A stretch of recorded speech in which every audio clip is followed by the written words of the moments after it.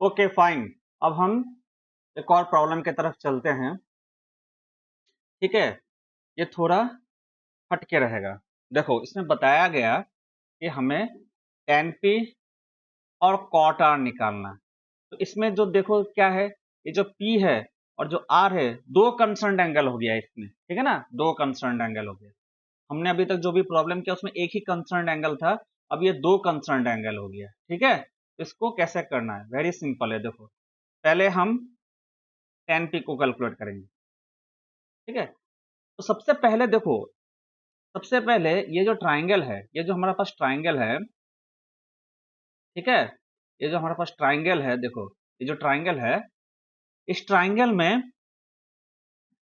पहले तो हमें तीन साइड निकालना है। ठीक है, तो हमारे पास ये एक 13 सेंटीमीटर है और ये एक 12 सेंटीमीटर है। ठीक है, तो थ्री साइड्स निकालने के लिए क्या है, हमें पता है पाइथागोरस थ्योरम। क्या पता है, पाइथागोरस थ्योरम। ठीक है, हमें पता है पाइथागोरस थ्योरम, राइट।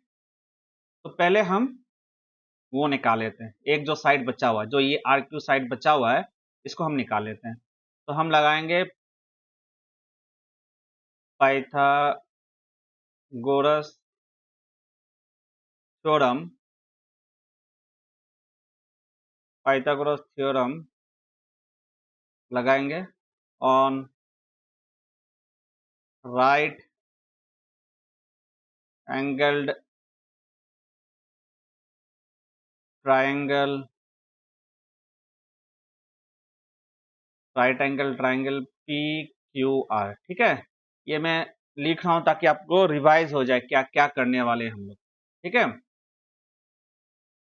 एक मिनट, इसको एक काम करते हैं, इस चीज को इधर लेके आते हैं।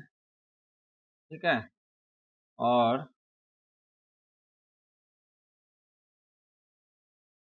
इस चीज को और थोड़ा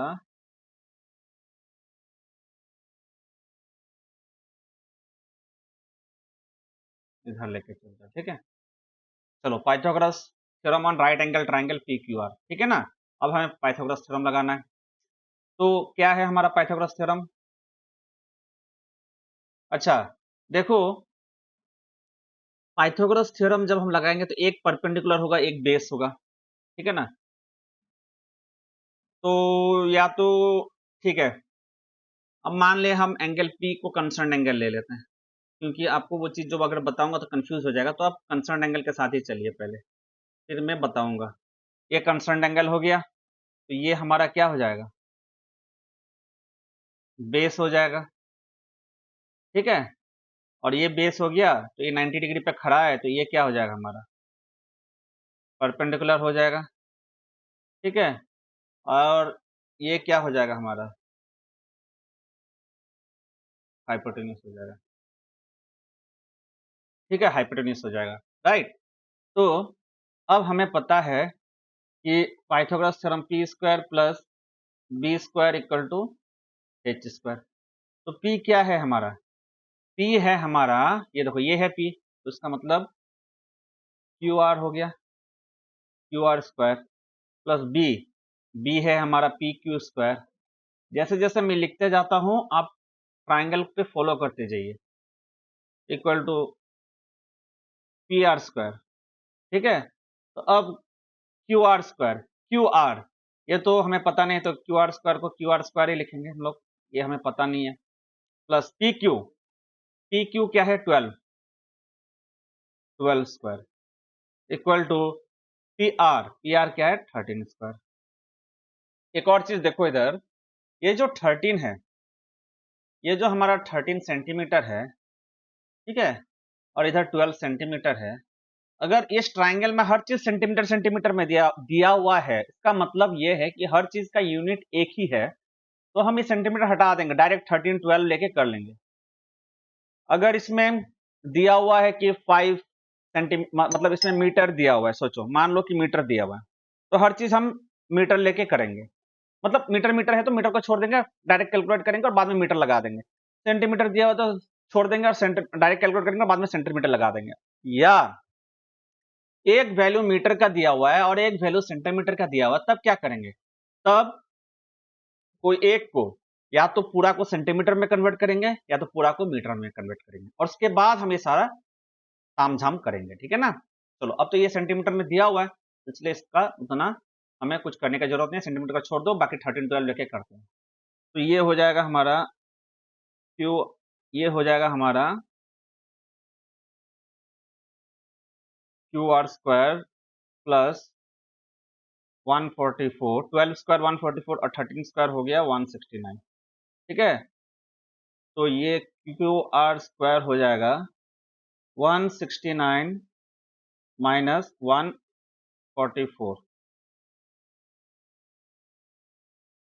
तो ये हो गया हमारा क्यू आर स्क्वायर हो गया 169 माइनस 144 कितना होता है 25, तो क्यू आर हो गया स्क्वायर रूट ऑफ 25। अब स्क्वायर रूट ऑफ 25 हमें पता 5 है, या इसका अलग मेथड करने का क्या है, देखो 25 तो 5 स्क्वायर है, ठीक है, और ये स्क्वायर रूट, ठीक है। ये मैं ऐसा करवा दे रहा हूँ ताकि जिसको नहीं पता है वो कर ले। 5 स्क्वायर और स्क्वायर रूट जो है वो है हाफ, तो ये 2 कट जाएगा, तो ये हमारा क्यू आर है 5। तो हमारा क्यू आर कितना निकला है 5, या तो हम इसको ऐसा लिख सकते हैं Q R equal to 5 centimetre, ठीक है, Q R equal to 5 centimetre. तो अब हमारे पास क्या क्या है, देखो हमारे पास क्या क्या है, पी क्यू, एक मिनट, ठीक है। तो अब इसको फिर से हम कॉपी कर लेते हैं, ये जो डायग्राम है ये हमें जरूरी है, इसे कॉपी कर लेते हैं, ठीक है, इसे हम कॉपी कर लेते हैं,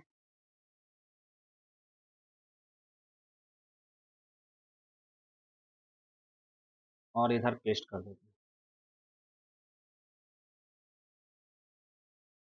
ठीक है। चलो,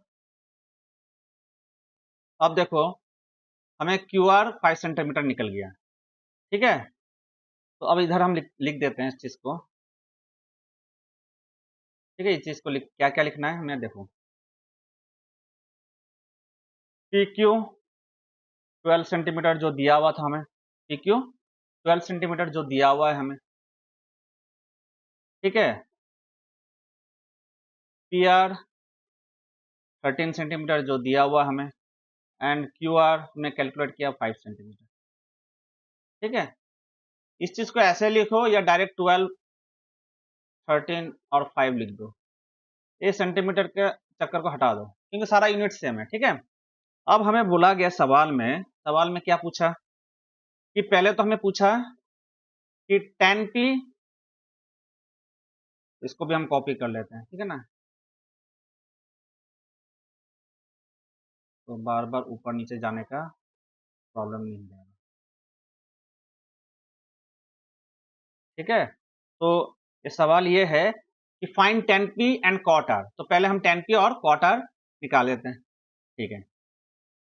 जब हम 10 पी निकालेंगे तो हमारा कंसर्न एंगल पी होगा, ठीक है, कंसर्न एंगल हमारा पी हो जाएगा। जब हम 10 पी निकालेंगे हमारा कंसर्न एंगल पी हो जाएगा, तो ये तो कंसर्न एंगल पी के लिए बनाए थे, तो ये सारा चीज सब ठीक है, इसको कुछ छेड़छाड़ करना नहीं है।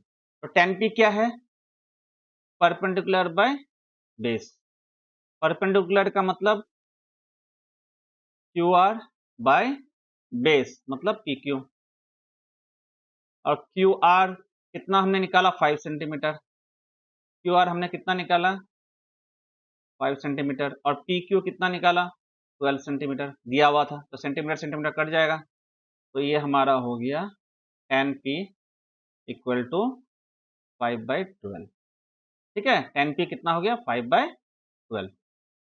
चलो, अब देखो, अब खेल ऐसा है,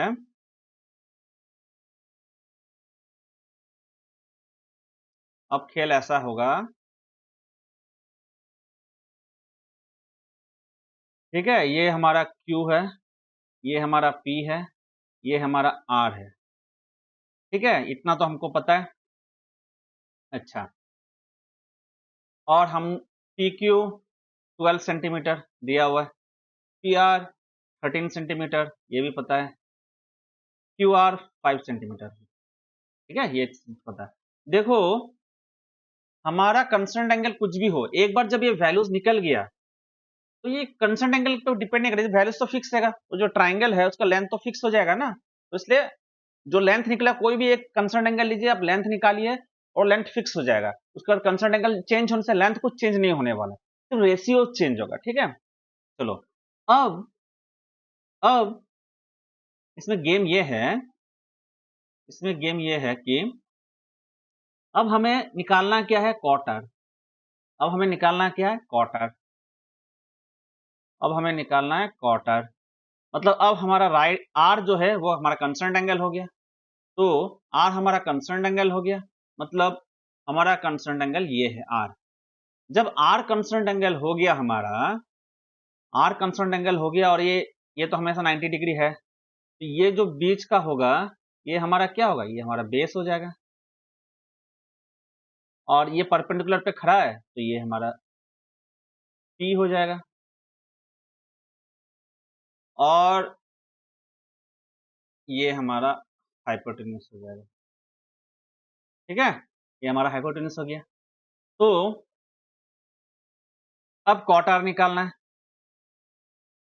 तो कॉट आर, तो कॉट का क्या है, बेस बाय परपेंडिकुलर, और बेस क्या है, बेस है ये हमारा आर क्यू,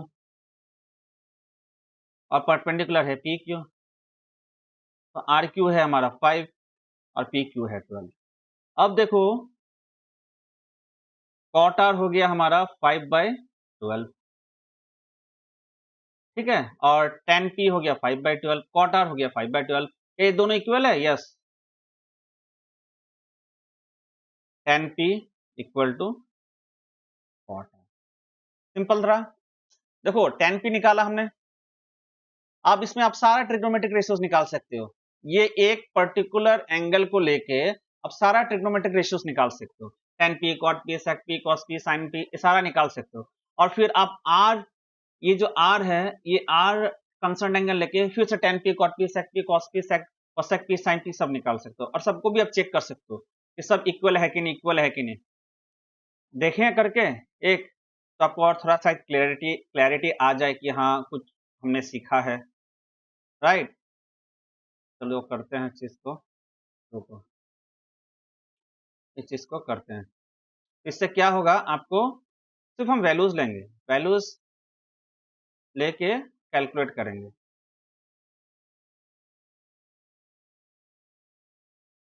ठीक है, ये एक ट्राइंगल हो गया हमारा, इसमें छाप देते हैं हम। ठीक है, और ये एक और ट्राइंगल हो गया हमारा, इसको हम इधर छाप देते हैं।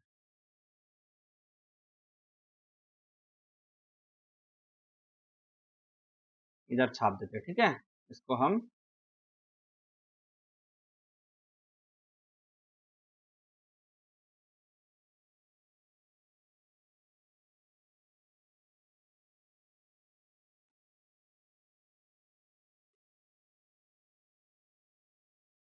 और हमारे पास क्या क्या वैल्यू है, ये सारा वैल्यू है हमारे पास, ठीक है, ये सारा वैल्यू है हमारे पास, इसको यहाँ छाप देते हैं हम लोग, ये सारा वैल्यूज है हमारे पास। ठीक है, देखो, राइट, ये सारा वैल्यूज है हमारे पास। देखो P Q, P R, Q R, आप कोई भी एक एंगल, कोई भी एक कंसर्न एंगल मान लो, या तो पी मान लो या तो आर मान लो, और उसके बाद पाइथागोरस थ्योरम लगाओ और कैलकुलेट कर लो। ठीक है, अब इस केस में देखो tan p, tan p क्या है, परपेंडिकुलर बाय बेस, तो परपेंडिकुलर कितना है, ये हम क्यू आर कैलकुलेट किया ना 5 सेंटीमीटर, ये 5 सेंटीमीटर है, तो ये 5/12। अच्छा, कॉट पी क्या हो जाएगा, कॉट पी इसका उल्टा हो जाएगा tan का, 12/5। साइन पी क्या है, परपेंडिकुलर बाय हाइपोटेन्यूज, तो परपेंडिकुलर है हमारा 5 और हाइपोटेन्यूज है 13, तो cosec p हो जाएगा sin p का उल्टा, जो कि है 13/5। ठीक है, सिमिलरली cos p है बेस बाय हाइपोटेन्यूज, तो बेस हो गया हमारा 12 और हाइपोटेन्यूज हो गया 13। और sec p है cos p का उल्टा, जो कि है 13/12।